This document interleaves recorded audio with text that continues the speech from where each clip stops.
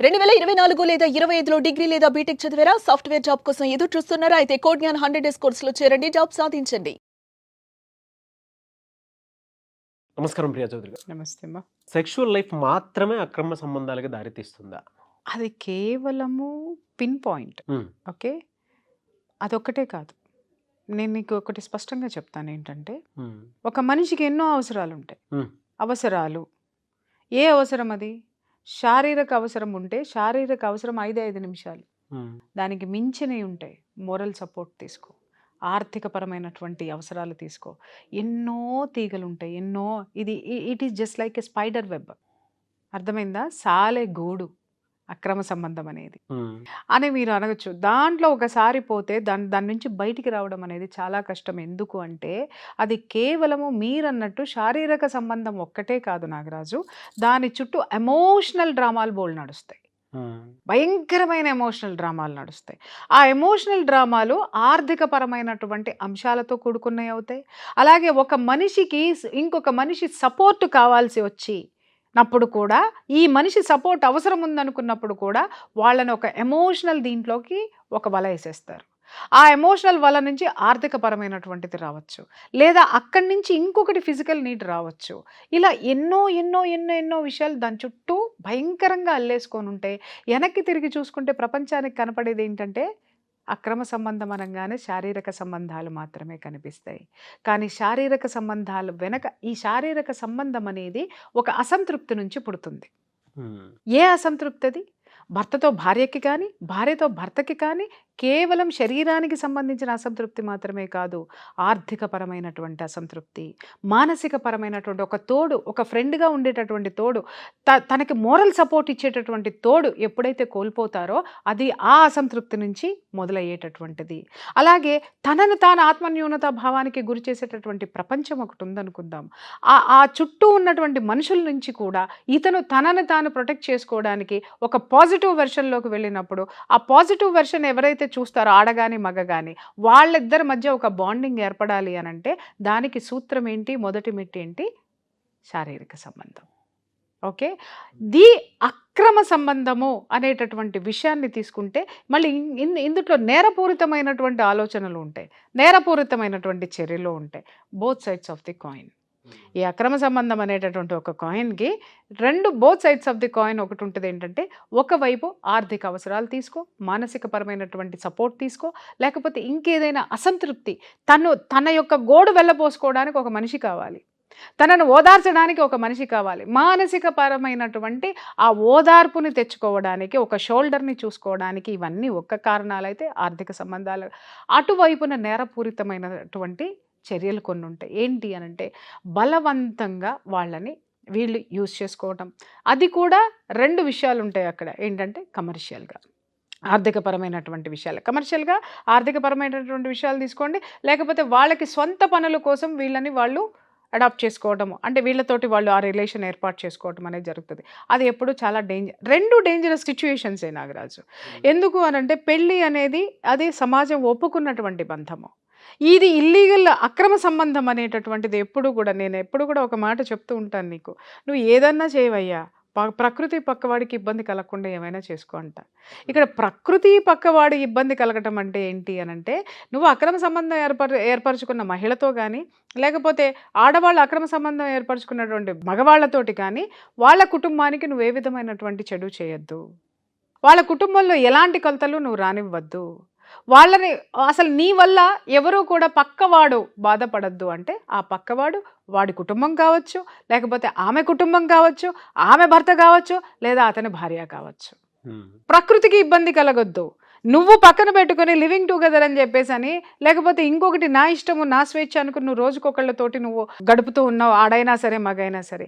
నిన్ను ఇన్స్పిరేషన్గా తీసుకుని యువత మొత్తం అంతా కూడా వ్యవస్థనే పట్ల నమ్మకం పోయి నీ జీవితమే కరెక్ట్ అనుకొని ఆ జీవితాన్ని ఆదర్శంగా తీసుకుంటే ఏ ఇంటో ఏ ఒక్క సంసారము నిలబడదు సరికదా, ఏ ఒక్క తల్లిదండ్రుల్ని ఏ ఒక్క పిల్లలు విలువలతో చూడరు సరికదా.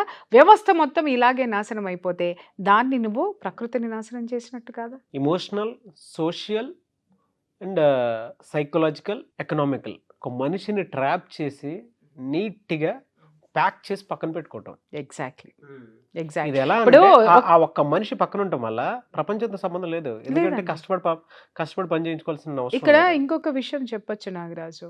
ఇప్పుడు ఒక అమ్మకి ఆర్థికపరమైనటువంటి ఇది కావాలి, సపోర్ట్ కావాలి. భర్త సంపాదించలేడు, భర్త ఇవ్వలేడు. అలాగని చెప్పేసి భర్త నుంచి ఈమె వేరు పడిపోయి ఉండడానికి భర్త సహకరించడు. భర్త ఒక విధమైనటువంటి స్వేచ్ఛనిచ్చేశాడు. నీ ఇష్టం వచ్చినట్టు బ్రతుకు, నీ బ్రతుకు అడ్డం రాను, కానీ నువ్వు మాత్రం నన్ను వదిలిపెట్టి వెళ్ళొద్దు, నీ ఇష్టము, నువ్వు ఏదన్నా సరే నేను కొడతాను అని అంటాడు. ఈ అమ్మాయి కూడా ఏమంటదంటే సమాజానికి ఒక మొగుడు అనేటటువంటి వాడు ఒకడు కావాలి కాబట్టి, వాడు అనేటటువంటి వాడిని చూపించాలి కాబట్టి, వాడుంటే నేను ఏవైనా చేయొచ్చు, ఎందుకంటే నా భర్త నాకు సపోర్ట్ ఉన్నాడు కాబట్టి నేను ఏదైనా చేసుకోవచ్చు అనేటటువంటి ఒక కారణంతో ఈ అమ్మాయి కూర్చొని ఈ అమ్మాయి ఉన్న చోటికి పొద్దున ఒకడు, మధ్యాహ్నం ఒకడు, సాయంత్రం ఒకడు వచ్చిపోతా ఉన్నాడు. ఈ అమ్మాయికి ఇక్కడ ఆర్థిక పరిస్థితులు కావచ్చు, శారీరకపరమైనటువంటి పరిస్థితులు కావచ్చు, ఏ విషయమైనటువంటి బంధాలైనా సరే కావచ్చు. ఇది మనము పక్కన సంసారాలు ఉన్నాయి, పక్కన పిల్లలు ఉన్నారు, చిన్న పిల్లలు ఉన్నారు, ఆడపిల్లలు ఉన్నారు, పసిపిల్లలు ఉన్నారు, ఏ వయసుకు వచ్చినటువంటి మగపిల్లలు ఉన్నారు. ఆ వయసులో ఉన్నటువంటి మగపిల్లలు ఈ చర్యలను చూసినప్పుడు ఎప్పుడు తర్వాత నా వంతు ఎప్పుడు వస్తుంది అని ఎదురు చూసేటటువంటి క్షణాలు ఉన్నాయి. ఇలాంటి కేసుల్లో నేను చూశాను. చుట్టుపక్కల ఉన్నటువంటి ఆ యొక్క వయసులో ఉన్నటువంటి మగపిల్లల్ని కూడా ఇలాంటి రొంపిలోకి లాగి వాళ్ళ జీవితాలని వాళ్ళని నాశనం చేసినటువంటి ఆడవాళ్ళని నేను చూశాను. అలాగే ఇదే ఆడవాళ్ళని చూసిన తర్వాత ఇంకొక ఆడపిల్లలు ఈ జీవితాలని చూసి జీవితం అంటే ఏముంది, ఎలాగైనా బతకచ్చు, ఎందుకంటే ఇక్కడ స్వేచ్ఛ ఉంది. ఆ స్వేచ్ఛని చూసి అట్రాక్ట్ అయ్యేటటువంటి క్షణాలు చాలా ఉన్నాయి. సో ఇది ఏం మాట్లాడుతుంది, నా బోటిది ఏదన్నా ఒళ్ళు మండింది ఏదన్నా మాట్లాడింది అనుకో, ఇది ఏం చెప్తుంది ప్రపంచానికి, నా మొగుడికే అభ్యంతరం లేదు నువ్వెవరివి మాట్లాడడానికి. సుప్రీంకోర్టు నాకు ఇచ్చింది, నా ఇష్టం, నేను ఎవరితోటైనా తిరుగుతాను, నేనేమైనా చేస్తాను, నేనేమైనా చెందుతాను. ఒరే నాయన ఇదేంట్రా బాబు అని పక్కన వాళ్ళని ఏమన్నా అడిగితే, ఏమండి ఆవిడ ఇంట్లో తలుపులు మూసుకొని చేసేదానికి మేమెవరం దానికి అభ్యంతరం చెప్పడానికి కష్టమండి అని మాట్లాడతారు. ఎందుకంటే ఎవరికి వాళ్ళు ఆ ప్లేస్ నాకు ఎప్పుడు వస్తుందా, ఆ ఛాన్స్ నాకు ఎప్పుడు వస్తుందా అని ఎదురు చూసేవాళ్ళు అనుకుందామా, లేకపోతే సమాజం పట్ల బాధ్యతారాహిత్యమైనటువంటి మనుషులు అనుకుందామా, లేదా అక్రమ సంబంధము, ఈవిడ అక్రమ సంబంధం అనదు, వచ్చిపోయేవాడు కూడా అక్రమ సంబంధం అనడు, చూసేవాడు కూడా అక్రమ సంబంధం అనడు. ఎందుకంటే ఆవిడ జీవితం ఆవిడ అంటారు. సఫరర్స్ ఎవరు, వయసు వచ్చినటువంటి మగపిల్లలు ఉన్నటువంటి తల్లిదండ్రులు, అలాగే ఆడపిల్లలు పెరుగుతున్నటువంటి తల్లిదండ్రులు, వీళ్ళు సఫరర్స్. మళ్ళీ ఇంకొక విషయం వీళ్ళకి మొత్తము ఆ చుట్టుపక్కల ఉన్నటువంటి సమాజంలో ఆ ఏజ్లో ఉన్న వాళ్ళందరూ వీళ్ళకి సపోర్ట్ పలుకుతారు. అదేంటో నాకు అర్థం కాదు. ఎందుకు అని అంటారేమో, వాళ్ళ జీవితంలో ఉన్న అసంతృప్తులన్నీ ఏవైతే ఉన్నాయో వీళ్ళు ఫుల్ఫిల్ చేస్తూ ఉంటారనమాట. ఇది తప్పు కాదు అనేటటువంటి దాన్ని ప్రూవ్ చేసేసి సమాజాన్ని భ్రష్టు పట్టించి అవతల పారేస్తారు. ఇది ఒక విధమైనటువంటి క్యారెక్టర్, రైట్. ఇంకొక క్యారెక్టర్ ఉంటుంది, దానికి ఏంటి అని అంటే దాని ఆర్థిక అవసరాలు తీరాలి. ఒక మగాడు ఆడెవడైనా సరే ఆ 16 ఏళ్ల నుంచి 60 ఏళ్ల లోపు, 60 ఏళ్ళు దాటచ్చు, 70 ఏళ్ళు దాటచ్చు, 100 ఏళ్ళు దాటచ్చు, దీనికి భ్రష్టు పట్టించేసుకున్న జీవితానికి ఒకడు తోడు పెట్టుకుంటే వాడి వల్ల ఆర్థికపరమైనటువంటి లావాదేవీలు కానీ, లేకపోతే వాడిని అడ్డం పెట్టుకొని అది బ్రతికేసేసి దాని చుట్టూ ఒక ఫెన్సింగ్ని ఏర్పాటు చేసుకుని వాడి కాపురాన్ని, వాడి పిల్లల్ని, వాడి దీన్ని మొత్తం భ్రష్టు పట్టించేసి ఒక కుటుంబాన్ని రోడ్డు మీదకి లాగేసి వాడి బిడ్డలకి కనీసం వాడి చేత కూడు కూడా పెట్టించినటువంటి క్యారెక్టర్స్ బోల్డన్ని ఉన్నాయి. వీటిల్ని అక్రమ సంబంధాలు అంటారు. నాకు విచ్చలవిడితనానికి ఒక సపోర్ట్ సిస్టమ్ కావాలంతే. అంతే. ఈ సపోర్ట్ ఎవరు వస్తారు, మళ్ళీ నేను ఇందాక చెప్పాను చూసారు, ఈ క్యారెక్టర్లన్నీ యాడ్ అవుతాయి అన్నమాట. ఇందాక నేను చెప్పిన క్యారెక్టర్స్ అన్ని ఇవన్నీ ఒక గ్రూపు. ఆ గ్రూపు ఎంత బలంగా ఉంటుంది అనంటే అని అవి ఫీల్ అవుతాయి, మేము చాలా బలంగా ఉన్నామని ఫీల్ అవుతాయి. ఒక్కటి గుర్తుపెట్టుకోండి, ఎప్పుడైతే నేను రెండే చెప్పా, ప్రకృతికి పక్కవాడికి ఇబ్బంది కలగకుండా నువ్వు ఏమన్నా చెయ్యి, గెలుపు నీదే. ఎప్పుడైతే ఈ ఇబ్బంది మొదలవుతుందో, ఒకటి 1+1 1+1+1+1+1 యాడ్ చేసుకుంటూ పోతే ఇక్కడ నువ్వు ముగ్గురే మిగులుతారేమో, నలుగురే మిగులుతారేమో, యువతల 100 మంది సిద్ధంగా ఉంటారు మీకు. ఎందుకంటే అంత సఫరర్స్ ఉంటారు మీ చుట్టూ. ఇవాళ ఏమీ చేయలేదు ఎందుకంటే వాడు ఒకడే కాబట్టి, రేపొద్దున నీ చర్య వల్ల వీడికి ఒకడు యాడ్ అవుతాడు, వీడికి ఇంకొకటి యాడ్ అవుతాడు, వాడికి ఇంకొకటి యాడ్ అవుతాడు. గడిచే కొద్దీ అవతల బలం పెరుగుతుంది, నువ్వు తగ్గుతావు. అది ఒక్కసారి ఫోర్స్లోకి వచ్చినప్పుడు నీ జీవితం డేంజర్లోకి వెళ్తుంది. ఇక్కడ ఎమోషనల్ డ్రామాస్ నడుస్తాయి నాగరాజు. ఆర్థికపరమైనటువంటి అంశాలు తీసుకోండి, మోరల్గా తీసుకోండి. ఎందుకు అనంటే ఎవడైనా ఒంటరిగా ఉన్న మగాడు కనిపించాడంటే లటక్కని పట్టుకుంటారు. ఒంటరిగా ఉన్న ఆడవాళ్ళ జోలికి వచ్చే మగవాళ్ళ గురించి చెప్తా. వీళ్ళు ఏం మాట్లాడతారు అని అంటే, నా భార్య నాకు అస్సలు సహకరించదు మొదలెట్టేసి వీడి మీద వీడికి సింపతి తెచ్చేసుకుంటారు అవతల ఆడదాని పట్ల.